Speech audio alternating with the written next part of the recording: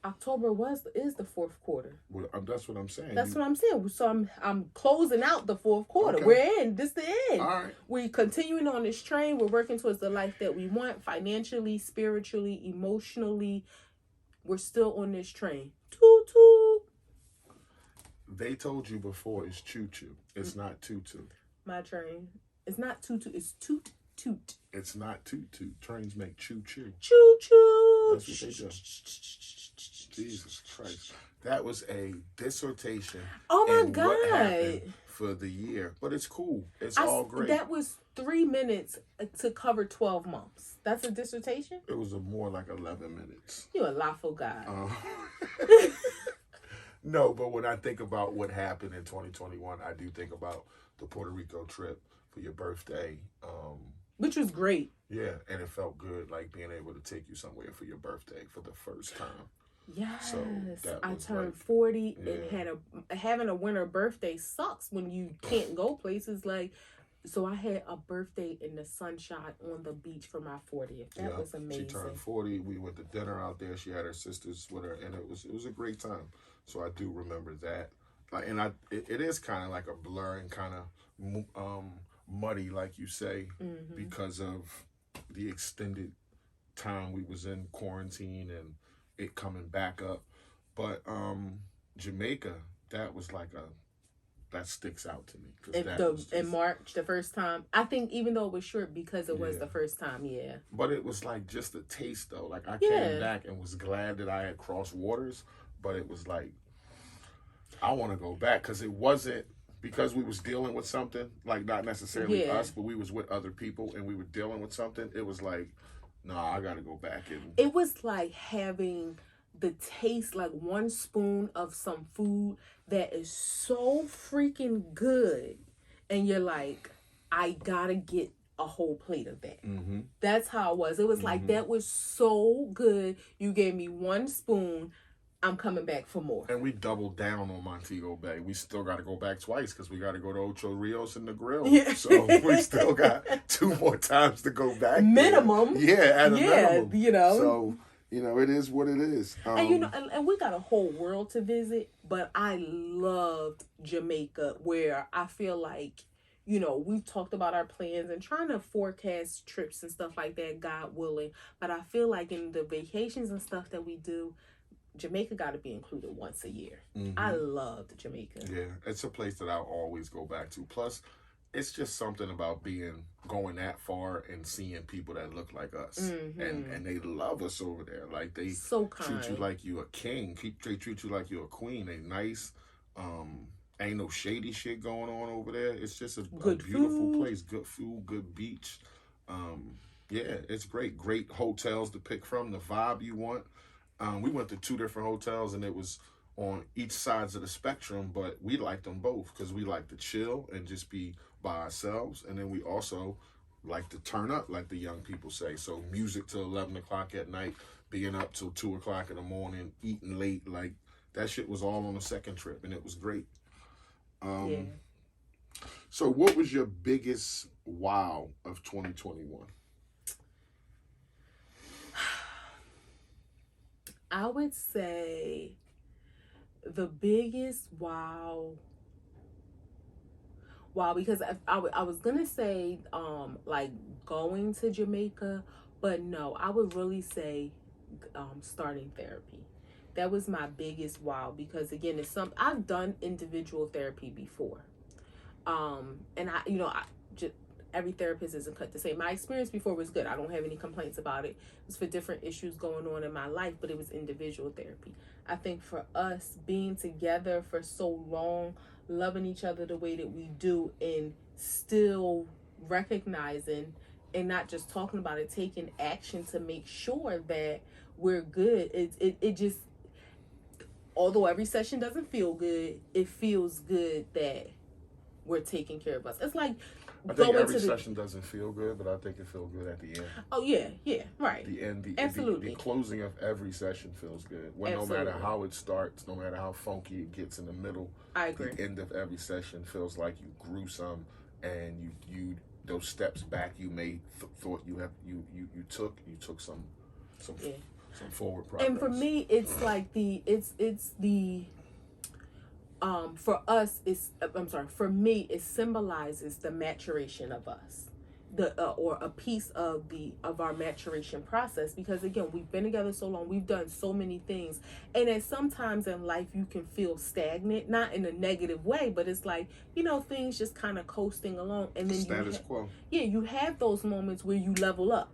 And again, level up doesn't always mean from a financial standpoint. It could be, leveling up and, getting a new home, getting a new car, finances improving, or just leveling up your level of love, respect, dedication, commitment to each other. And for me, that was just a piece of that leveling up for us. Like, who do we think we are that just because we've been together for so long, like, nah, we good, we got this? I think anybody is a fool to think that. Like, I felt that way too, and not to like, I'm not throwing any shots at you, because when you recognized it, you took action. But I remember before we got married and telling you like how different it would be and how it would feel different. Even in therapy, before we started therapy, I don't remember that we knew who we were going to go to, but I remember expressing that to you, that we need therapy, and you kind of felt like we didn't. Like, we deal with what we deal with. We know how we've been together for 20 years. Like, you kind of felt like no, we got this, and it was like, no, T, like something really wrong with us. And then hold on, and then us recognizing, not even recognizing at the time. So when we got in therapy, that gave us the tools to help us recognize that, hold up a second, like, I don't know this person. Mm-hmm. Like, we've been together for 20 years, but in that 20 years, recently you turned 40. Recently, I stopped being a fugitive. I had some mommy issues, some daddy issues. You got some mommy issues. Like, there's shit in there that we had to stop and be like, yo, I don't know this girl. Like, I love her. I know who she is morally and in her core, but this outer shell, like the top part, like, it's changing. It's almost like, so a couple things. One of the things that I love, so a long time ago I heard that, you should seek therapy in times of peace and not just war. I don't know if you remember, when we started therapy, yes, we had, had our ups and downs, but when we started, we went in on good terms. Mm-hmm. And was just like, we're just doing this because we want to make sure we stay. Now, following that, there's been some sessions where we started. It was suggested to us, yeah. When we started, and it wasn't good terms that day, but we actually started on good terms, which I think maybe helped, like, not that we were opposed to it in any way, but I think it helped introduce us into the process. And you're absolutely right. Going into it, it wasn't that I felt like we didn't need it. This is what I've learned. When you see so much dysfunction in life, you kind of become content with the status quo of dysfunction, even though like you don't it ain't good, it ain't like you like it, like I don't like, you don't, some people are sick in the head and do like it, but even if you don't like it, you kind of we talked about where your bar is set, and it's like, your bar is set here. We argue, we bicker, we go back and forth a lot, but we ain't down here where we hitting each other and we cheating, or we ain't down here where people leaving, and break up to make up, and it's the revolving door. Having babies outside the relationship. Yeah, like, we up here, and it's good for the most part, without recognizing you could really be up here. Like, just because you're here and it ain't as bad as down here doesn't mean that there's not. And that's what I had to tell myself. It was one of the things like, this, but you don't realize that you are living in that and accepting it. And I wasn't about to operate like that. Like, that's where I felt like I knew this isn't what, again, having that expectation of what our marriage was going to look like. And I didn't know, but I knew it would be different. And when it felt like more of the same, or it was like, no, like, this can't be what I want us to be. So let's talk to somebody. Let's sit in front of somebody that can just you give us some tools, and that's what we did. And one of the things you said too, and I was trying to think of a different animal other than a snake, because a snake has a negative connotation, but just go with me. I'm gonna use a snake. a snake, it's an animal. You can know the snake. It can be your pet. You love it. Name them Viper, whatever the hell you want to name the snake. The snake sheds its skin. And I feel like for us, that's what we've always gone through it in our life, but it was like a major shedding over the last 18 months for us, where you totally became a new person, where you had to learn you had to like Jay-Z said, allow me to reintroduce myself. And then for me, turning 40, going through so many good things, and like sometimes I feel like my mind is still in a whirlwind of life, and that's probably normal. But again, between COVID, between your situation being resolved, between us getting married, between dealing with health issues, dealing with familial issues, like literally sometimes it's like you just really need to like reset and kind of compartmentalize everything. So you're absolutely right. And and it sounds crazy, we know each other better than anybody else in the world knows us, but we still found out, hey, how are you? Who are you? Like, I had to get to know him. He had to get to know me. I had to get to know different parts of myself. And it had to be intentional, because if you just like go along with it and just, if you didn't try to get to know you, how the hell you want me to understand who you are? Right. So, yeah. So that was the biggest wow of getting back to that. Hey, you be like, you was talking too. The biggest wow of the week was the biggest wow of 2021. Jesus Christ, was getting on the healing journey. Period. Yes, and mine was the Jamaica trip. What was your biggest? Wait, the first one? The second one. Oh, okay. What was your biggest woe of 2021? Realizing that the healing journey hurts. Like, to be completely honest, I know that the end will justify the means, but just when you get on it and peeling back the onion and realizing so many things about yourself, it's ugly. It's ugly. So that was the biggest woe, but I'm accepting it all. What was your woe? Nana dying. Yeah. Yeah, that was the biggest woe of 2021 for me. I don't think anything sadder happened to me in 2021. So I'm just gonna let that lay there. What was the biggest beef of 2021 that you had on our show? Like, what stuck in your craw the most? The biggest. What scratched your ass the most? What put a pimple on your ass? The biggest beef that I can say is so I guess looking at it from a full perspective, my biggest beef of 2021 is people being intimidated by your growth.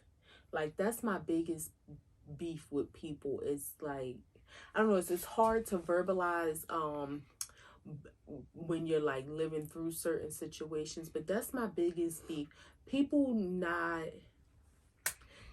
respecting each other, not respecting each other's individuality, not respecting your growth, not understanding that, I'm not who I used to be, and I'm not who I'm going to be. But that when people try to control that and try to dampen your or try to interrupt your peace, that's my beef. Leave people alone. Mm-hmm. Yeah, that's going to be my motto for 2022. Leave people alone. Like, seriously, on both ends. If you can't add to people's life, leave them alone. And then as the individual, be okay with leaving people alone who bring you negativity. Make it a two-way street. Leave people alone if you know you don't got nothing to add to them, and leave people alone who you know don't have nothing to add to you. Leave people alone. That's my 2022 model. I'm a piggyback on her 2022 model. Piggyback on her beef. Leaving people alone. Stop projecting on people. And I heard somebody say before, somebody who I look up to, Wallow. If you don't bring value to a situation, then you devalue that situation. You can devalue value. And if you see people moving and striving and trying to be better than they were 5 years ago, you should salute that and look into yourself to do the same thing. And if you can't, then you got struggles within yourself that you need to deal with. But leave people alone. If you want to be sad, if you want to be miserable, that's a choice you take, because it's all types of resources out here. It's all types of opportunities out here. So take care of yourself and leave people alone. I'm gonna piggyback on her. Yeah. What was your biggest memory of 2021? I would say Jamaica. Like, that was, and I'm gonna say the first time, I mean, the second time was amazing. Like you said, it was two different experiences. I think the first time being our first international trip, it being such a beautiful place. It was our first, even though we had already been to Puerto Rico twice, it was our first all-inclusive trip too, because it wasn't all-inclusive in Puerto Rico. But yeah, I think, oh wow, so that made me think about my birthday in Puerto Rico, because then being in the sunshine for my birthday was awesome too. So that, I'm gonna say those first two trips of 2021. The first two. Yeah, Puerto Rico and then Jamaica. Puerto Rico for my birthday, the first time having, like I said, my birthday in the sunshine. We had a great time there too. Like, we did an episode Avenue. There. Yeah. Ashton Avenue was lit. Ashford, yeah. It was we lit. had a great time there. We did they had a sailboat. Yeah. Oh, I got so sick, but it was so beautiful. The catamaran. Like, literally went to Gilligan's Island, and it was... It wasn't fucking Gilligan's Island. It was called Icacos Island. But it was like Gilligan's Island. Like, if the boat had left and it was dark, I wouldn't be able to see my hand in front of my face. Like, it was an isolated island with the clearest water I have ever seen in my life. And then, so that in Jamaica, it was like, so the traveling was the biggest memory for me. So the traveling was the biggest. Bring up my page, the story that we put up, while I answer what was my biggest memory. Okay. My biggest memory was, I had two, and I don't want to be down and grim, but it's just a memory in my head, and that was my grandmother's funeral. So now that I got that out the way, let's go to a lighter part of the year. Was the second Jamaican trip, because it was just us, and we was just chilling and lounging, and then the balcony, like, that was top notch. So we put up on in the story what was some of the people's biggest wows and woes of the year. And some people answered. And give me 1 second. What do we got there? What did some people say? All right. So for the wows and woes, I'm sorry, y'all. Got to go back to the archives because that was from yesterday. So the biggest wows and woes. Oh no, I'm sorry. I'm okay. She illegitimate, y'all. Like, she's all fucked up. All right, I'm sorry. Here we go. Jesus Christ. All right, so the wow, we stayed safe and healthy amidst the deadliest virus of our time. Grateful, thankful. And that came from Sagittarius girl in a Pisces world. You can respect that. Everybody's staying safe. Lots of people died. Lots of people got sick. So definitely can respect. And shouts out to Sagittarius girl in a Pisces world. Yeah.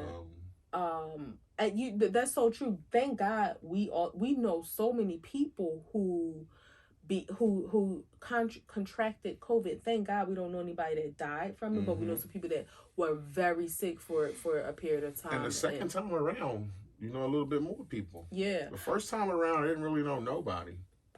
Yeah, I know a few people indirectly, like co-workers that I heard of but didn't really know them. But yeah, the second time around, yeah, and we're the same. We didn't get sick, thank God. Nope. So yeah, definitely grateful for that. Well, the continuous toxic cycle between mother and daughter.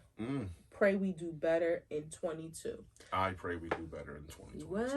Well, I can't say that is something in common that we share. So I pray that all mother and daughter turmoil that has existed throughout whatever time, whether it was just in 2021 or if it's been a constant in your life, up until this point. I pray for healing in 2022, and whatever healing looks like, because healing doesn't always mean reconciliation, but I pray for healing for all parties involved in whatever way that looks like.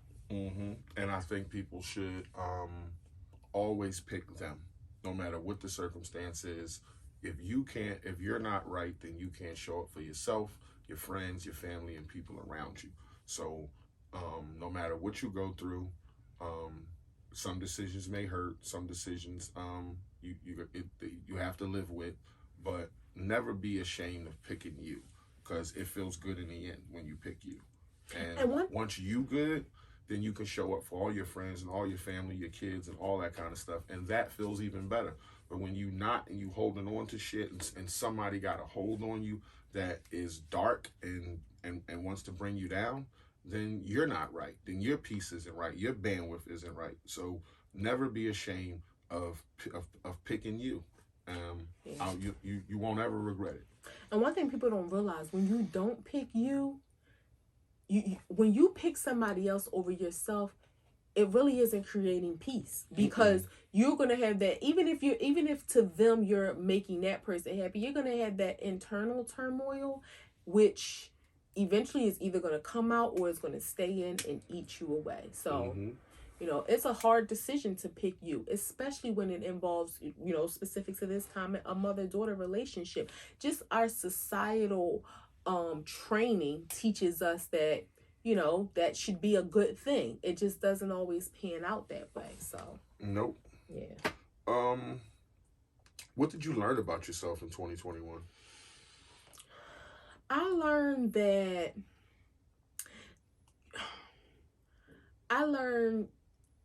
that there's everything that we do in life as adults can be attributed to our experiences from childhood, good, bad, or indifferent. And it sounds so like, duh, we know people talk about that for years, but I learned from myself, it's to the point, it's things you don't even realize. You got a little bit of naivety to you, though. And you think, and it traces back, and you're like, come on, this is from me being a kid? Like, really? But and it's not always a bad thing, but again, as part of the healing journey and learning about yourself, and I guess through that I learned, as I never, of course, thought I was perfect, but I thought I was okay in life, and I realized I have so much more learning and growing and healing. Such dysfunctional thinking to do. And it's one of those things where you kind of cover things up. When people say, you see those commercials and it talks about people who are depressed and they walk around with the smiling face. And I'm not saying I'm depressed in any way, shape, or form, but you find that people put up that smiley face for different reasons, not just for depression, but because of, their fear of rejection, because of anxiety, because of their super independence, which comes from being let down, or not wanting to be vulnerable, or being avoidant and dismissive. So I find that we covered so much up in our life, and it just becomes who we are because we're used to doing those things. And sometimes we have to take those masks off, and that is such a negative connotation given to that when people say, oh, take the mask off. It doesn't mean you're being phony. You're being who you've learned to be for self-preservation. But sometimes you may be doing yourself more a disservice. It's semantics. I see how people can say it's phony because it's a negative connotation around that word, but it's not semantics. Intentionally being phony. Sorry, it's not like you're intentionally being phony. Like I'm not saying intentionally, but right. Well, that's what I'm saying. That's what I was saying. When you say take off the mask, that's what somebody would say. Like, well, you should have been being your true self from the beginning. Which that's what I'm trying to do.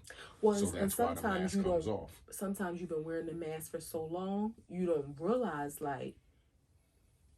You don't realize it until you get the information and you realize where all that stuff it comes from and where it traces from. So that's what I learned about myself is I'm super sensitive. That I learned this year that I have to embrace in my head all the bad parts of myself. So for like a long time, because of my situation and stuff that I did in the past, I always felt like, you're a fugitive, you don't deserve, you're not like everybody else, or, you just can't do the stuff that everybody can do. And then once my freedom hit, it's like, I felt like, and experimenting in myself, like, I deserve to be here. Like, I deserve to be happy. I have a voice. I can speak. I have something to say. So just embracing the bad parts of myself so that I can embrace the good parts. Explore the good parts of myself. But I couldn't do that until I was okay with, okay, you did that. You hurt people. You stole this. You know what I mean? Like, you did all these things and you put yourself in a situation for 23 years. Now you're out of it, and it's hard to feel like I'm deserving of life. So do you feel like freedom. You had to give yourself permission to say it's okay? Yeah, because to be. Yeah, all because I've suppressed that for so long. Despite of the negative. Right, I suppressed that for so long and was just doing and being who I had to be at times. Like you said, putting on a mask and being phony, like just being at places I didn't want to be, being around people that I didn't want to be around, doing things that I didn't want to do, all because I just wanted peace and I just wanted to come back home and chill and go to work and do all this stuff. And now it's like I've never had the feeling of I can do what I want. And that's crazy to have that feeling at 43. Like, you felt like that your whole life, despite whatever you was doing. If you really wanted to, you can do whatever you wanted to. Right. You know what I'm saying? You could go wherever you wanted to, live wherever you wanted to, but it just was a decision you had to make. So I never was able to make that decision or be that independent. So that's something that I learned in 2021 about myself. I think that's one of the things that I'm sensitive. I think the sensitivity comes with age. I don't know. Because he cry at commercials. Any type of woman being harassed or assaulted. Like when we watch like SVU and I gotta be like, babe, you alright? He's saying fucking and Molly, like just their friendship, like their whole love story through Insecure, like I can get mushy. But one of the things, so what you saying about the freedom thing is weird when you talk about that, because someone who didn't know your full story, and for y'all who may have missed it, if you go back, My Story, His Glory tells of his story. Maybe we'll kind of go back and talk about that again in a future episode. I'm becoming more comfortable talking about it. But when I wasn't initially. But so in talking about your story, if you leave out the word fugitive and talk about your feelings and all the things that, now you're having this freedom, it would sound like you were in prison, for those years because mentally you had those restrictions. Now, of course, not somebody who is truly behind bars, but the effects of the limitations that were put on your life kind of caused that same it caused that same mindset to develop. Right, you were institutionalized in society. Yeah, within my own head and within my own parameters of what I thought I can do. Like, I set my own parameters of I can't go this far, I can't go that far this way, can't go that far this way, and I operated within that. And then when those walls came down, it's like going to that edge where the wall used to be, and like, damn, like, you really can do that. Shit, like I could step on, like, nobody like gonna grab me or tackle me. Like, I can really go over there. And it's even small things for me that really brings that to reality. Like when we driving, I will always get tense because he didn't have a license, and now just having a license for a year, not even a year, I will always get tense when we saw the police and stuff. And now sometimes I have to remind myself, like, he's legally driving. Like, it's good. If the cops pull us over, like, it's good. I'll never forget the time. This was in 2002-ish. We lived in Ambler, and we had an old pickup truck. What was it, like a what year 86. was it? 86 F-150, like stick shit that he would drop. We would go everywhere. We would get dressed up and go out. And we got on 309 and something happened and the truck wouldn't run. We pulled over, state trooper comes. I'm in the passenger seat. So the state trooper comes, he's looking all in. So I'm reading a magazine or doing something. I always had this weird thing with the cops of like, act normal. I'm reading a magazine, the state trooper comes, he's like, I told him I was driving, but, you know, he was checking out the car. So he's looking, he's like, what's that smell? I'm like, strawberry. Like I had sprayed some strawberry air freshener and he's looking. And he's like, all right, I'll be back. I think he said he was going to get a tow truck or something. When I tell y'all, mind you, the truck would not run. It cut off. It would not turn on. The state trooper left. He came, got in the car. That truck turned on and we were out. And I think about our life through the 23 years, how it sounds weird, like when you say on the run, but like literally there were God, it was nothing but God. Like nobody but God carried us through, because there were always situations where like it was like this, like passing, where because you did the right thing. We lived a normal life with those restraints, but within those restraints, there still was, you know, police contact. There still was, you know, things that had to be dealt with. But yeah. But those are like the small reminders where it's like, oh, or like him going to Wawa to buy, you know, backwoods, and it's like he don't have to ask me to go just in case they ask him for ID, and then they never ask you for ID. See, people wouldn't understand the small things like that, or being able to just have ID to go rent a hotel room if I want to take my wife and sleep somewhere different. If I want to hold a reservation somewhere, like I don't have to include her in saying, babe, we doing this. I can surprise her. I can do it myself. And it might sound small, probably because it's something that a lot of people had since they were 18, 19 years old and never even thought nothing of it. And people used to look at me weird, the white dudes at work, like, you don't have ID, or the way I would have to maneuver around that and things I had to do there. You just wouldn't understand. You wouldn't understand. What did you learn about your spouse in 2021? I learned that he is, so as the mask has come off, like he's more outgoing than, and I knew that some of your introversion was because of your situation, but even within our circle of people who you knew and loved and trusted, you were still introverted in that. So I just took it as, okay, that's just who you are. But I'm realizing he really ain't. Like, he probably would be like, I don't want to say like one of the fist pump guys or not. Like, that would never be his character. I was thinking like Jersey Shore. Oh. Like, that would never be him. Like, he's not that guy, like the, party guy. But he is definitely more outgoing, more social, to the level that he's comfortable. So I learned that about him. I learned his leg he don't like me to touch. It's like, I always knew that. I learned that he has a deeper love for me, not just,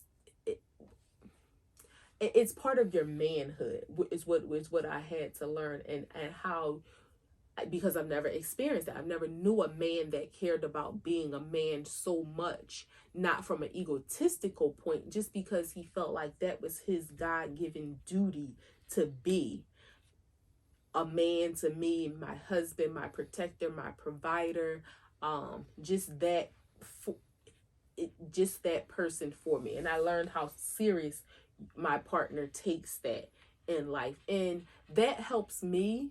And I may be jumping the gun because I don't know what your questions are, but that helps me to be more submissive as a wife and to yield to his headship in our relationship, because I realize it ain't coming from, I want to beat my chest like I'm the man, I run this. It comes from a place of, this is my duty. Let me do my job. And so that I learned about my partner. Thank you, babe. I appreciate that. What did you learn about your partner? That she is crazy. So no, I always knew that. I learned that. No, you are wackadoo.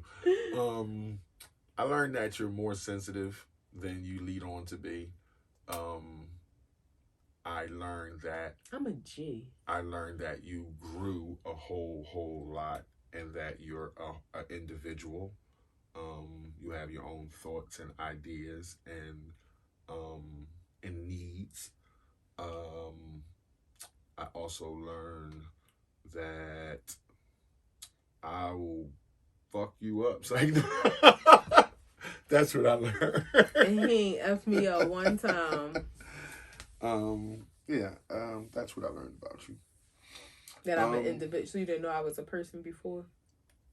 Wow, that's where you want to take it? No, you said that I was an individual. No, I said I've learned that you became an individual. Like when you turned 40, that you had your own thoughts and ideas and your own process. When you say my own, meaning separate from us or separate from the world, or I just became more, they just became more noticeable.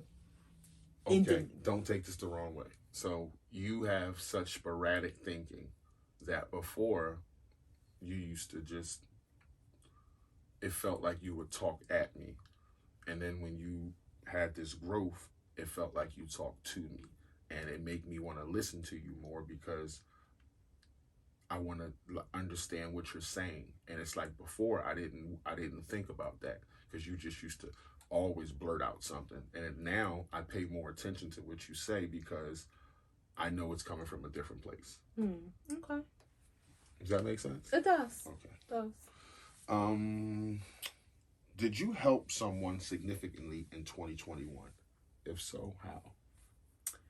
If not, we'll just move on. I think that, no, I know that I did. I think sometimes keyword being significantly. Yeah, I think sometimes we help people not just in what we say, but what we do. Like they say, action speaks louder than words. So I will say, one of my sisters had previously gone to therapy, and it was what it was, and then she kind of started again, and it was what it was, and then she started again, and I think one thing I learned about therapy is just like rehab. You can't tell somebody you can't make somebody do it. They have to want it for themselves.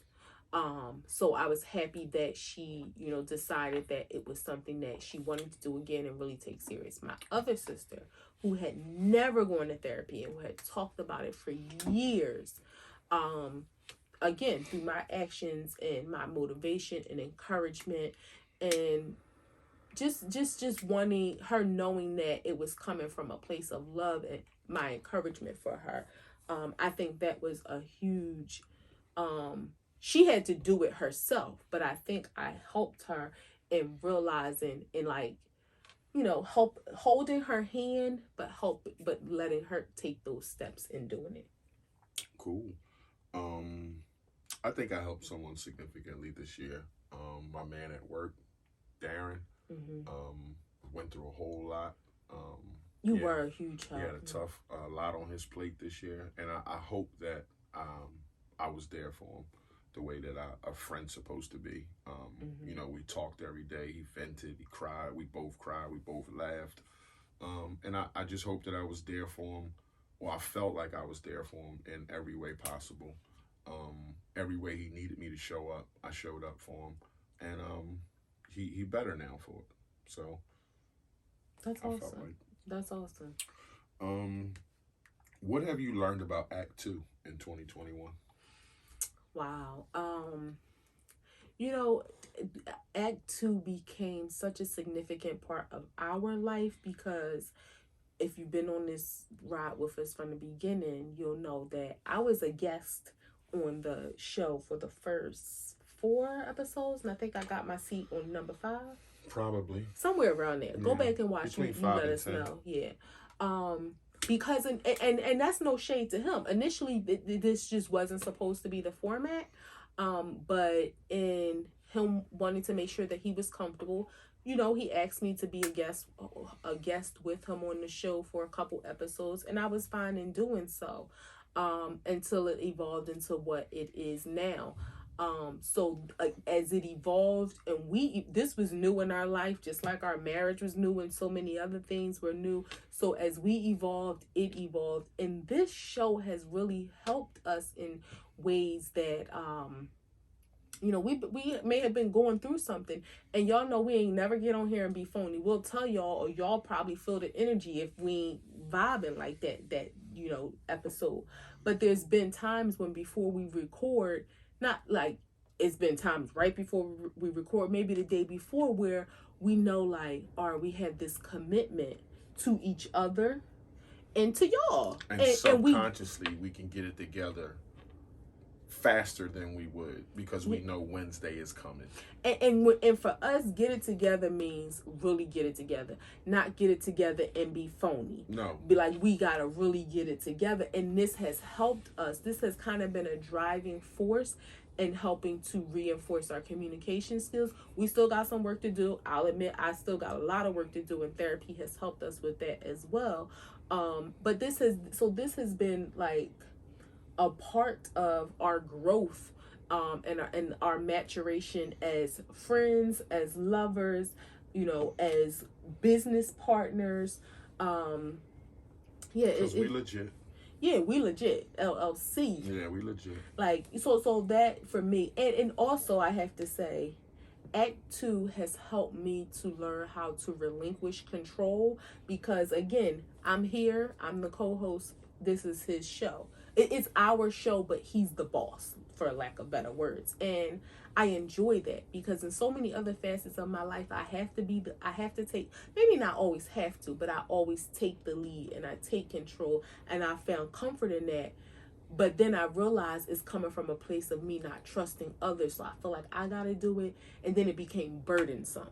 With Act 2, it felt good. I think this was only, and I said this before, this is only the second time in my life where I realized, you know what, I can take a back seat and let him run the show and not be in control, because I trust his lead, I trust his judgment, I trust that, and he still will accept my opinion and my feedback if necessary. I've learned how to give feedback softer, because you remember at the beginning you was like, yo, like you keep cutting me down. So I had to learn how to give feedback softer, and sometimes not even give feedback unless asked. Like, you know what, if I felt like I ain't really like the vibe of that, or I ain't like the way you said that, so what? Like, it is what it is. It's about just coming together and being transparent, and whatever happens. And again, we put out what we want to an extent, and that's a decision we make.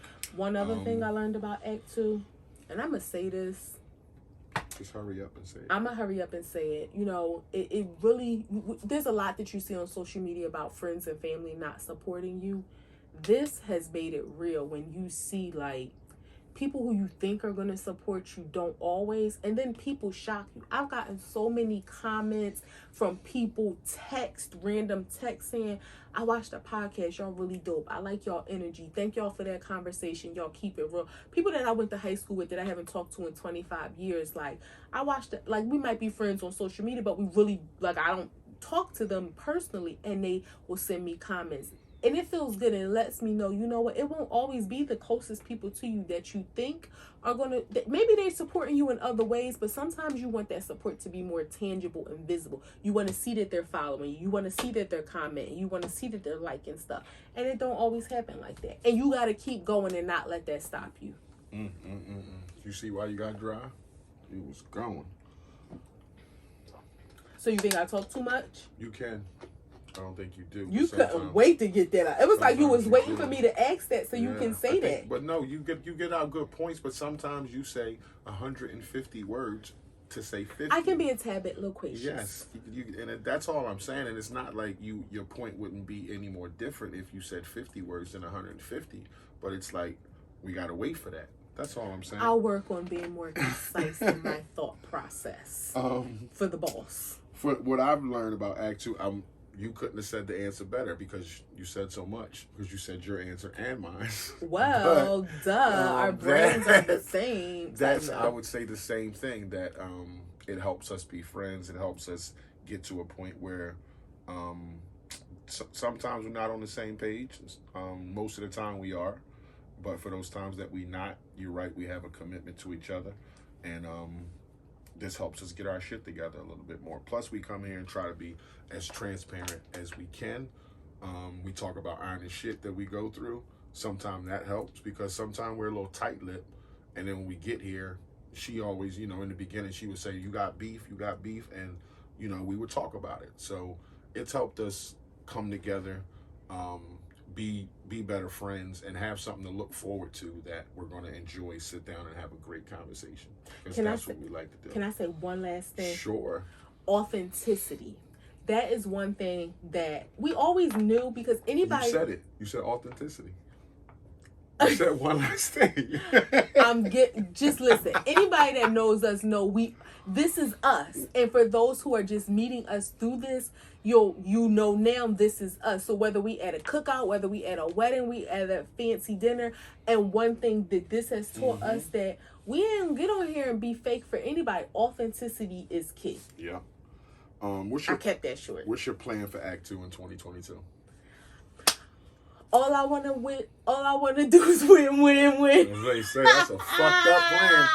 We gonna stutter step like a motherfucker. Because I was trying to switch up the words, but to be to be serious, to just continue to pray, seek guidance from God, and allow Him to take us to where He wants us to go, to reach the audience and the people that He has laid out for us. Because this is already laid out. Yeah, God already got us. For us, and what's gonna be for us is out there. A lot of people say on social media, chase the bag. We feel like our bag's already out there, and we just ain't got to it yet. Yeah. And it's gonna be waiting there for us because God wants us to have it. So whatever is for us, we will have eventually. And that's just how we look at it. Just keep showing up, keep doing it, and stay committed. And God rewards people like that. And you know what? On a slightly deeper level, I hope that through us being who we are, talking about what we talk about, our transparency, we ain't out here to save the world. And that's something that I've tried to say from the beginning. And even sometimes behind the scenes, we try to talk about, we don't try to tell anybody what to do, because what works for us may not work for y'all. But I do hope that maybe it's a conversation we have one day, something that we say that somebody may relate to, that maybe we can help somebody. If you need therapy and you've been scared of it, hopefully we can lead you to that. If you're looking for some sort of if you're looking for God, everybody don't pray to the same God. Y'all know what side I stand on.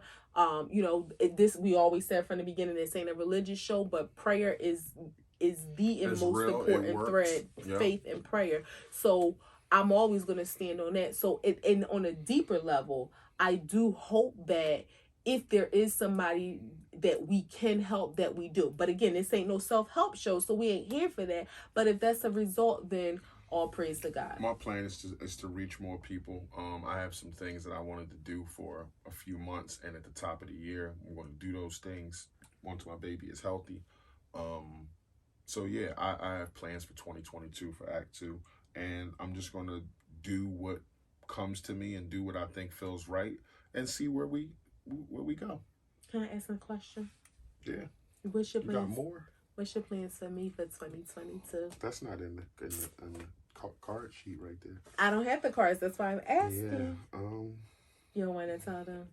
Okay. I don't know what my plans for you in 2022 is. I mean, I could sit here and say to love you more, but I love you a lot.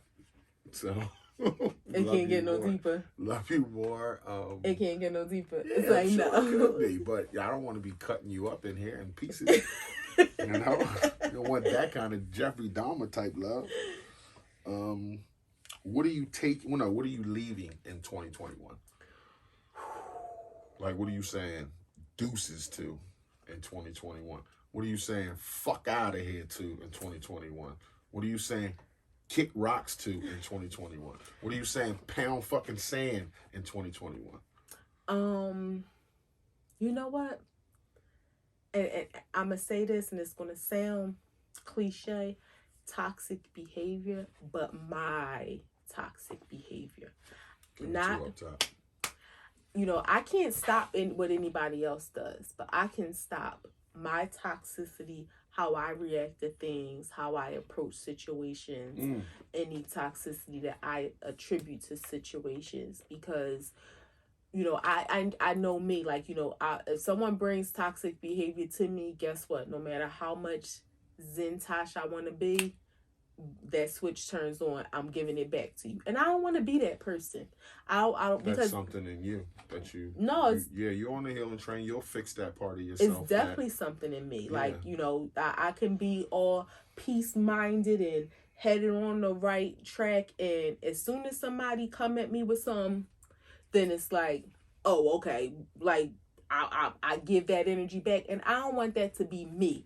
I can't say I'm going to stop other people from doing that, because I can't control what other people do, but I can control what I do. So toxic behavior, that's what I'm leaving behind, my toxicity, and whatever I contribute to the world, to people, to anything, and from a toxic perspective. So I read something where somebody said they wanted to do things, being petty, doing things. I don't want to do things in the mindset of being petty. I want to do things in the mindset of peace, and that starts with me. That's a great thing, to do things in a mindset of peace and not be a petty person, not be a petty patty. Yeah. What are you leaving? I am leaving toxic energy. I'm always picking me. That's my mantra. No. What are you leaving? That's what you're taking. No, I'm getting there. Oh. Just you had enough talk. Shh. I'm leaving toxic energy. I'm always picking me. And I'm leaving my old self in 2021. I'm going to be more boisterous, more outgoing, more demonstrative, just not holding back, no more doubt, because no more discouragement,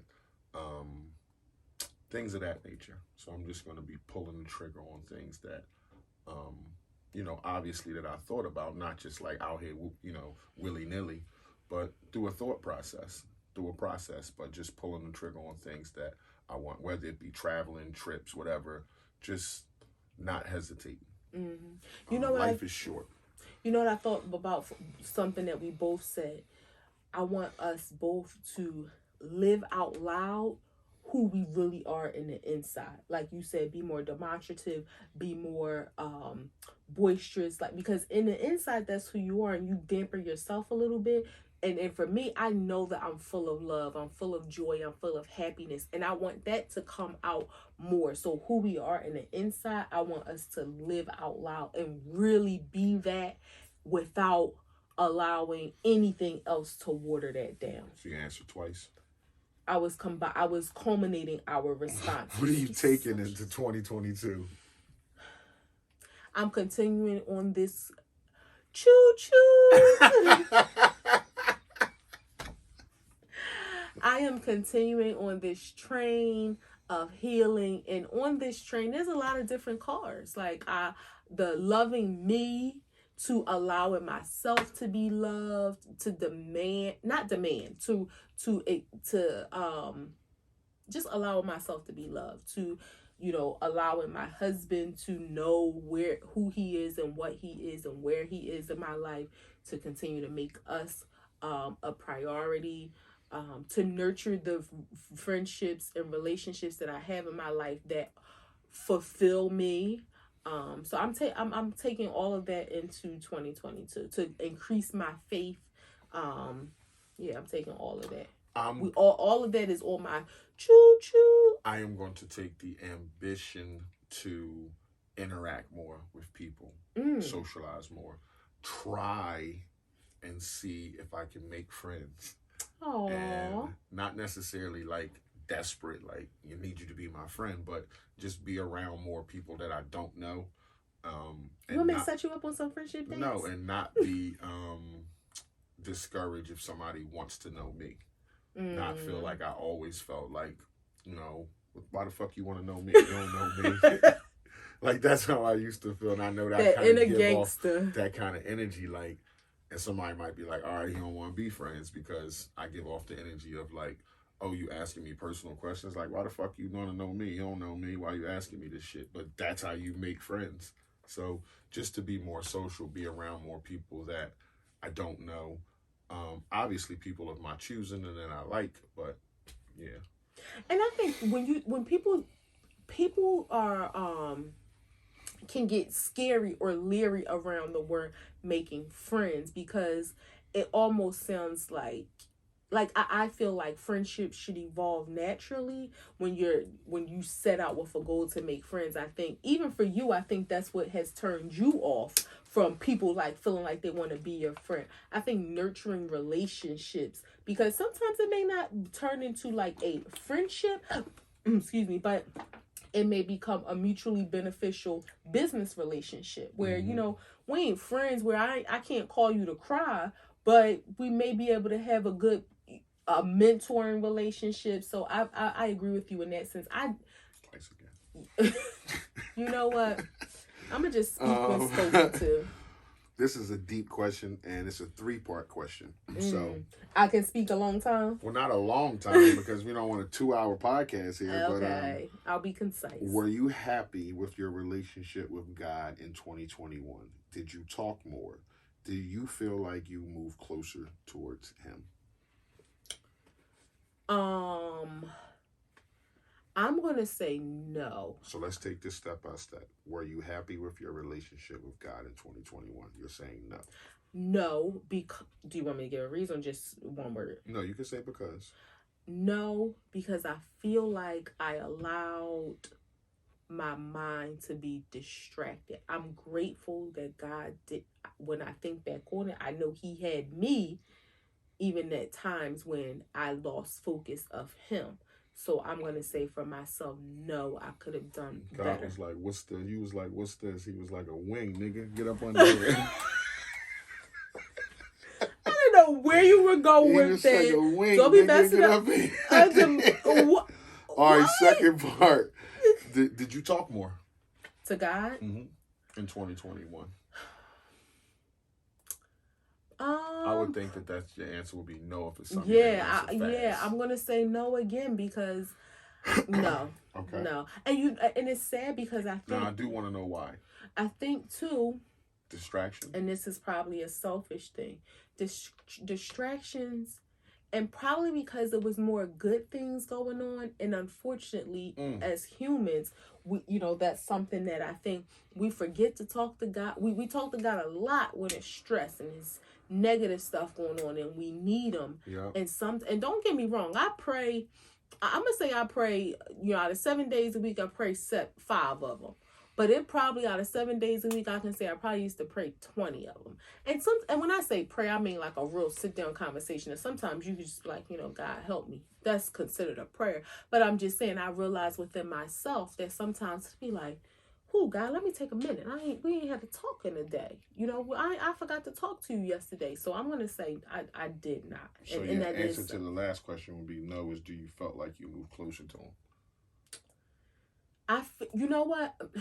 If you didn't do the first two, how could you be Well, closer? no, because I feel like God has showed up in so many ways in my life. My faith has been, it's almost a term that we recently heard, don't take grace for granted. Mm-hmm. So I feel like because He showed up in such good ways throughout this entire year, it probably has increased my faith, because it's like I know He's always showing out. So again, I probably have grown closer to Him because I see what He's been doing. I just haven't been playing my part. I would have to say yes for me. I am happy with my relationship with God. I pray every morning with you and without you.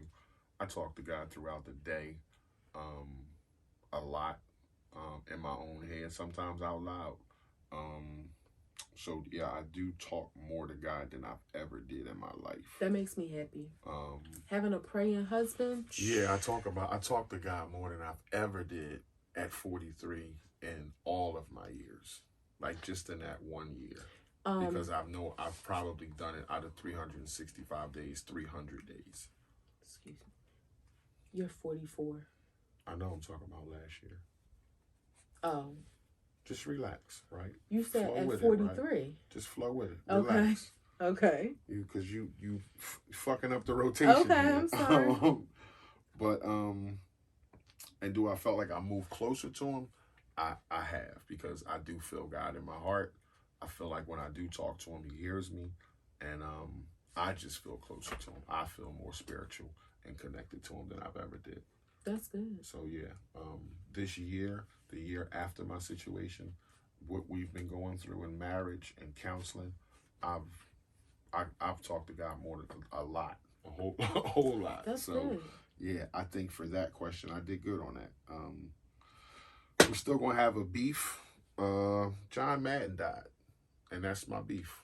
John Madden died. Who you got beef with though? I got beef that the old people are dying. Old people that I grew up on watching. But who's that beef with, God or life? Follow me here. Nobody said I had a beef with God. I'm asking. My beef, if you be quiet, I will tell you. My beef is that the older people that I grew up on are dying. That's it. That's my beef. So you just got beef with death of older Yes, people. I don't have a beef with God. Okay. I don't have a beef with none of that. But if I could get that out before you chime your question in, you wouldn't need the question. That's my beef. I'm upset because older people that I grew up watching are dying. And maybe my grandmother plays a part in that. But it's like, damn, so many other people of that age passed away since her or before her. And then, you see John Madden dies. And it's like, think guys like that be around forever, but time is short.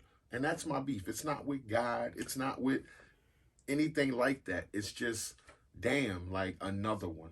I'm sorry, I was just asking for clarification. How old was John Madden? 89. And I hate to ask this, but in this current time in our life, was it related to COVID? I don't know. He was in a wheelchair. I don't think he could get around that much. He had been like housebound for a while. He wasn't getting out on the bus no more. Yeah, and you know how he reminded me of old head Bush when he got old and started looking all patchy and stuff, like blood clots in his face and not looking real glassy in his eyes, like that kind of stuff. Yeah. But it wasn't like he had dementia or anything. He just got old age. I just wasn't. I mean, it's a shame that's always the question or that's always the assumption. I hope to be 89 years old, man. My grandmother was 96. 96 years old. I pray to God I'll be 96 years old like these people I'm talking about. I pray to God that I've reached that age. And I don't give a shit what shape I'm in. 96 years old. I'm 96 years old. I'm still here. People can still touch me. People can still kiss my cheek. That's what it's about. So that's just my beef. What you got? You got a beef? Yeah. And just to add to that, my grandfather was 96 too and just passed away. Oh yeah, that's right. Our relationship was strained later in life, although he taught me an extreme amount of knowledge and business acumen and confidence as a teenager. But when you said that, it made me think like he was 96 too, and like you can, and he had dementia as well, but you can only hope to get to that age, but he passed December 11th, so rest in peace to him. It ain't cool dying young. It ain't cool dying in your fucking 60s, your 50s, and I remember like two celebrities like Whitney Houston didn't get to see 50, died at 48. Like that shit is out of and then her daughter, like other people, they don't get to see Kobe. Like life is short, and then you see these people who live to be these in the 90s, like my grandmother, 96. She ate what the fuck she wanted to eat her whole life. She drank beer, she drank scotch, like she did what the fuck she wanted to do, and she got to be 96. Like it's I don't know. It's crazy. So my beef is for those people who throughout all of the social media talks about mental health awareness, and not to say social media guides the world, but unfortunately it does for a lot of people. People look to social media for so many things, and it's like all the things that you see in social media and the promotion of mental wellness, getting treatment, therapy for Black girls, therapy for the soul, all the other things. My beef is for these people that still feel like, nah, that ain't for them. You're sick. You're mentally ill, and I'm not saying that to be facetious. And my beef is for those people that still don't find within themselves they can go do all the other things they want to do in life, whatever it is. They want to go shopping, they want to do this, they want to do all the entertainment parts of life, but they don't want to fix themselves. They don't want to get help, because I'm not going to say fix, because it ain't a fix. It can be a lifetime journey. But my beef is for those people in this society who still feel like, nah, I ain't doing that. Leave people alone. Because, and seriously, not individuals, but leave people alone. Go stay in your own world if you feel like you want to stay in your own world and you just want to be miserable and dwell in that. That's my beef. For y'all people who still, y'all want to look at social media for everything else, but y'all want to ignore the pages that's promoting y'all to be well. I believe what she's saying. I agree with what she's saying, but those people ain't going to listen. So you just got to navigate your way through them people, because they always going to be there. You got to look at them like when you playing the game, you got to run out in the street. I forget what the Frogger. If you got to run out in the street, the cars are coming, you got to dip, dodge, get out the way of that shit, because they always going to be there like obstacle courses. Was that like an Atari game? Mm-hmm. Atari 2600. Oh yeah, you dated yourself with that, because that's cool. I've said my age on here before. I just was asking because I never heard of Frogger. All you young people out there, if y'all in your 20s or 30s, just like I said, I pray to be 96 years old. Y'all should pray to be 40. Be 44. How old are you? 44. Y'all should pray to be 44, because I wasn't supposed to make it to 18. I wasn't supposed to make it to 25, but I'm 44. So thank you. It's not cool to die young. I agree. Not at all. I wasn't clowning you. I was asking because I'm thinking Frogger. Felt like clowning a little bit. I never heard of it. When somebody say you dated yourself, that's basically saying you old. So touché. I'm cool with being old. The biggest grams of 2021. Woo woo. 3. Not the 3 grams of the week, but the biggest grams of 2021. I look back through the shows. I'm ready. And I picked the 3 biggest grams who I thought of 2021. I'm ready. 1. R. Kelly convicted. Yeah, that was a big. It was. That hit the internet, and that was a big. Yeah, and it's one of those things. It's like he finally got what he deserved for peeing on a girl. Do you think? And raping and pillaging. Do you think the start of the Me Too movement led to that? And if that had never happened in other facets of life, that he would have never got sentenced? Yeah, because when Harvey Weinstein got arrested, that's what the talk was about. What about R. Kelly? What about R. Kelly? What about R. Kelly? What about R. Kelly? Bill Cosby was already in jail. And it was like, what about R. Kelly? What about R. Kelly? And then, boom. Wow. Yeah, so that was a big one. That was one of the biggest grams, R. Kelly conviction for peeing on the girls and raping and pillaging. He rapes. I think the second biggest gram was Kamala Harris pulling Sonny and Anna off the show for fake COVID tests. I think that blew up and was big too.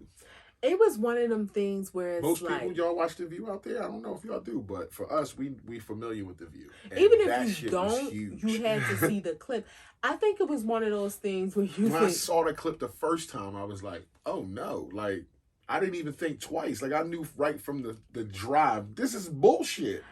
But I think it was one of those things, like, you know how when the government does something, like, let's not even say the government, when your parent does something and it's like, I know you lying, like you just flat out lying to my face. Like that's how the government did us. It's like you could see it in real time.